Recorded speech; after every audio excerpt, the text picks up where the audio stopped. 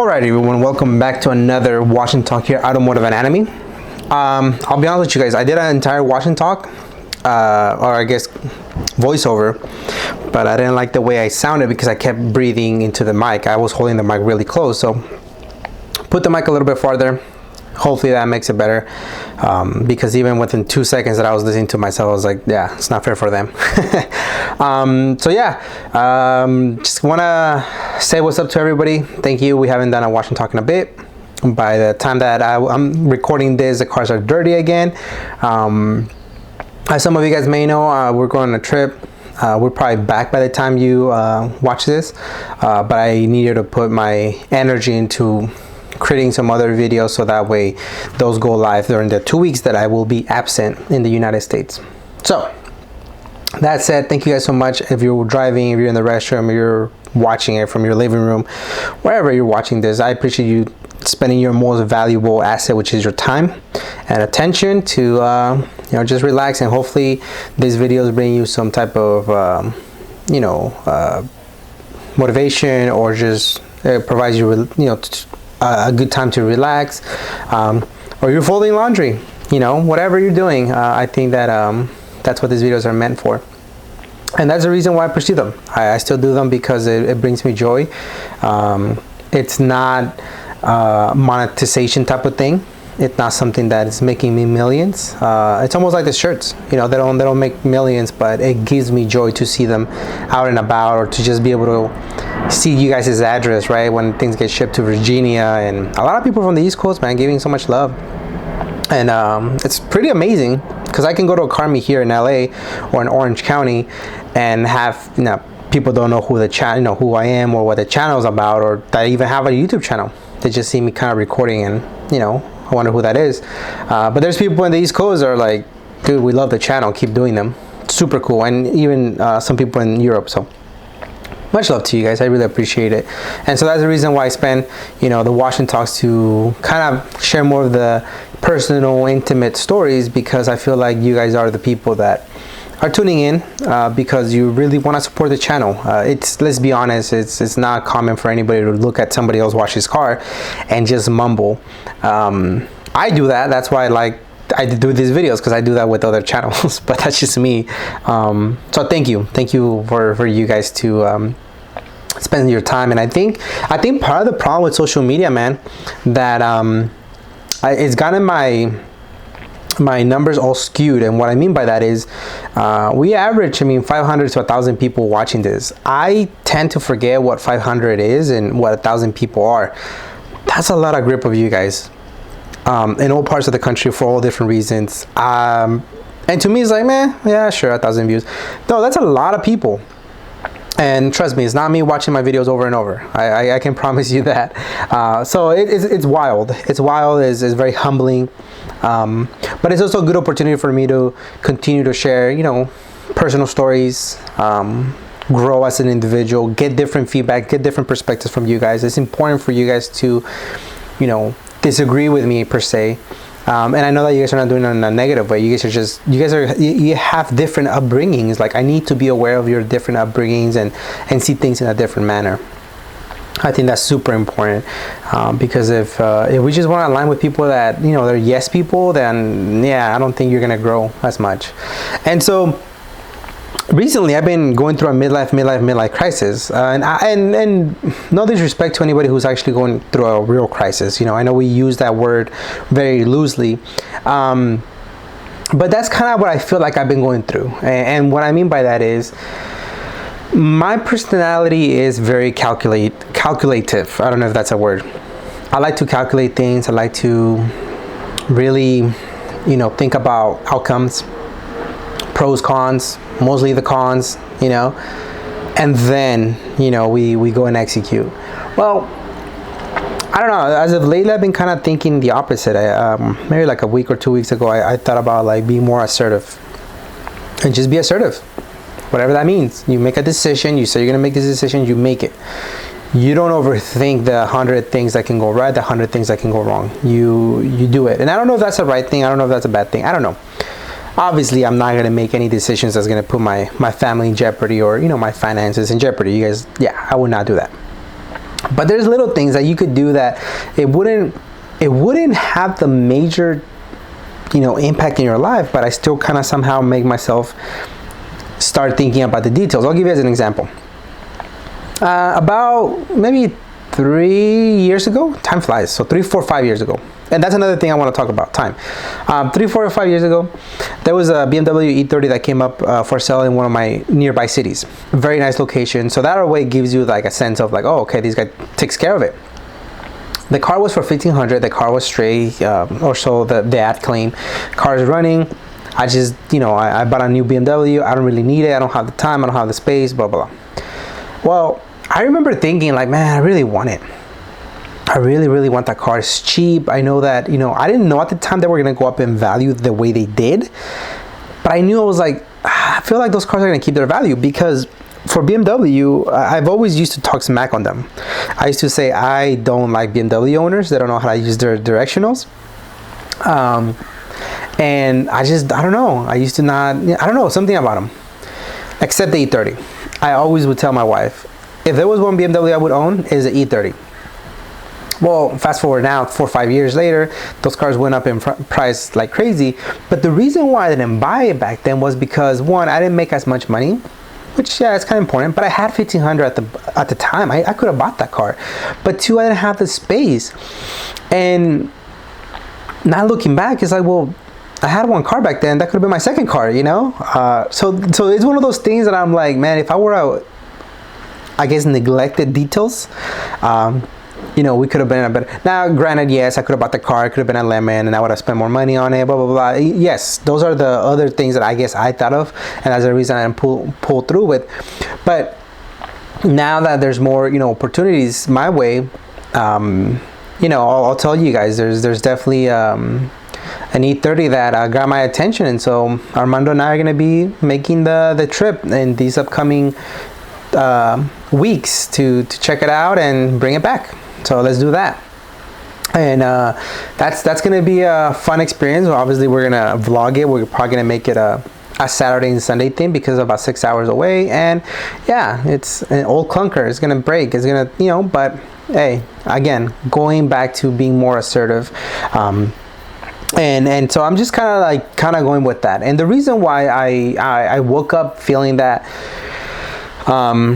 sensation to be more assertive is because time is crazy. I see some people that move into their homes and they're like, oh, 3 years in our home, and I'm like, damn, it's already been 3 years. Like, it feels like it was just yesterday. And sometimes I think about the fact that I'm working very hard to save my money and to be, as safe as possible in certain things.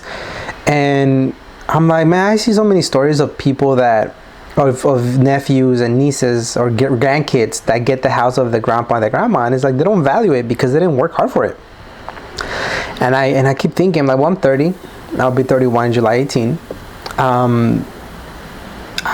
Statistically, I have 50 years of life, and that's not even including stress or whatever comes my way or health issues.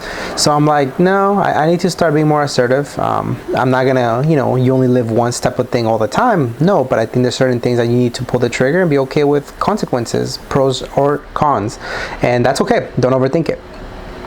And so that's kind of where we're at, right? That's the midlife crisis that I was discussing. I don't know if any of you guys have gone through that or have something to share regarding that.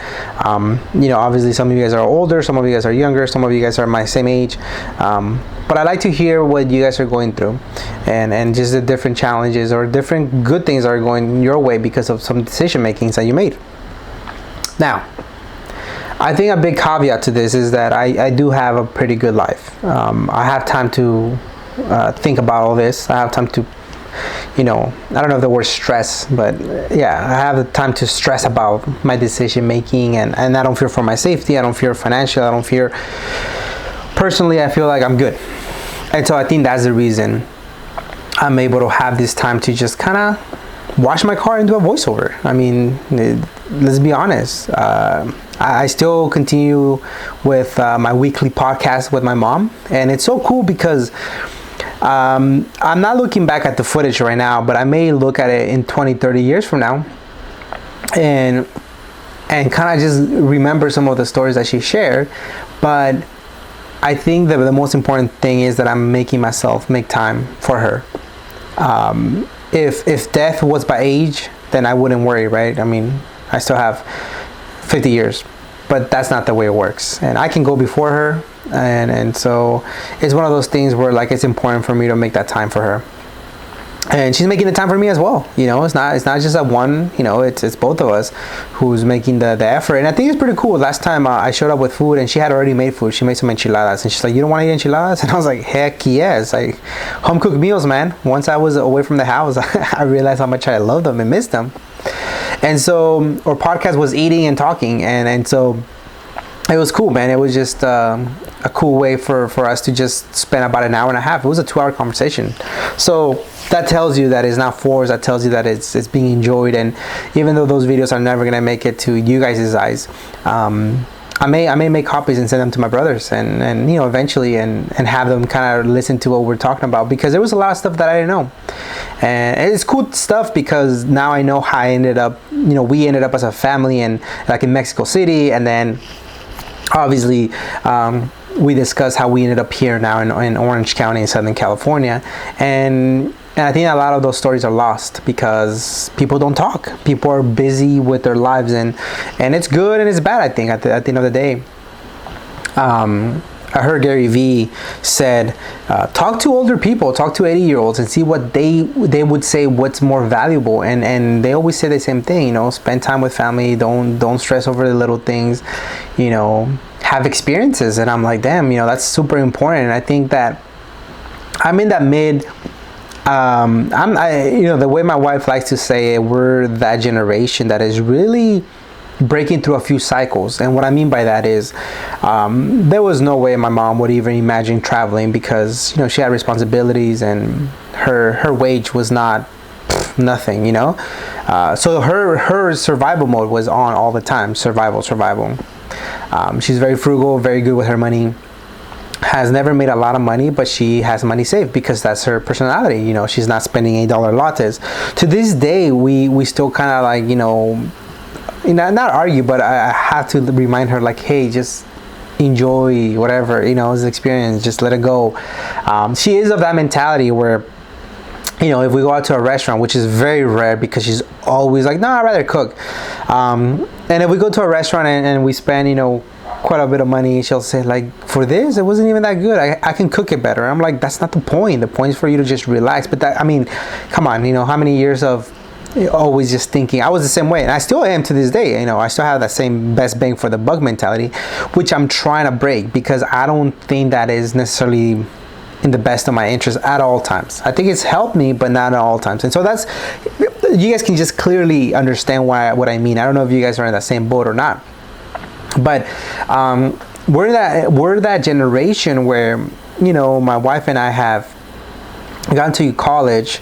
Now we don't have anybody who has owned a home before, and like the closest person that has owned a home that we've been having discussions with is Armando. You know, ironically, you know, he's like 8 years younger than I am, and they pulled the trigger on a condo. Now he's a homeowner. So it's cool to see that. I'm so glad that he's pushing himself to do that. I'm so glad that he's bettering his situation. He does, you know, now when I go visit, I'm like, man, this is so quiet. He's like, yeah, it's great.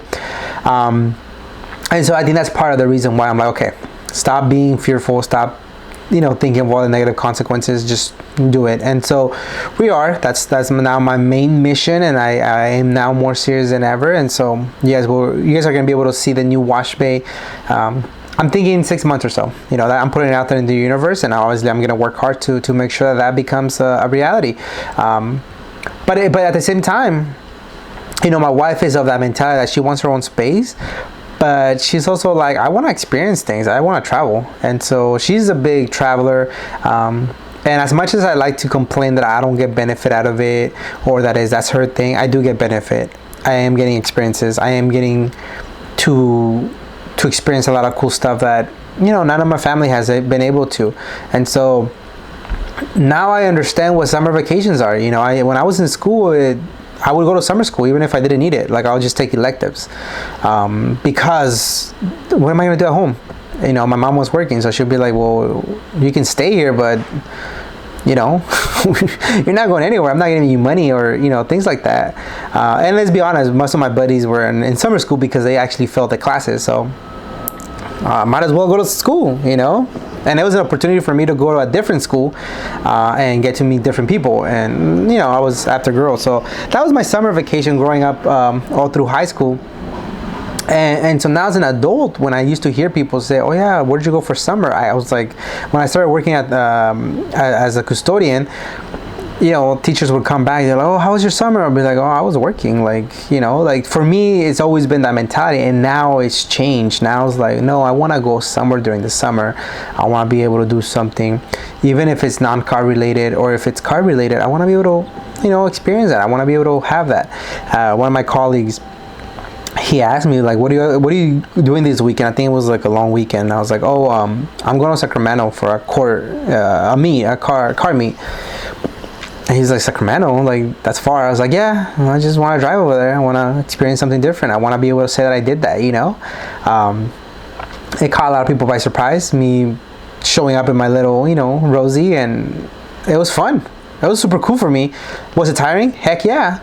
But again, it's one of those things where like you just do it. You know, I see Dana come down to SoCal and he vlogs it, and I love that. I love watching him just mumble in a parking lot or in a gas station, or as he's driving. Like, I love that. He's driving his wagon, is boosted. I always tell him, let me know when you're in town, you know, I'll take you out to lunch. And so it's difficult to get out of your routine, but it's important, I think. And so that's kind of the conversation that I've been having with myself, being more assertive. You know, knowing that there's always a consequence to every action, and it's okay. We just have to be okay with it, be okay with time. I think that I've had a very skewed relationship with time, and what I mean by that is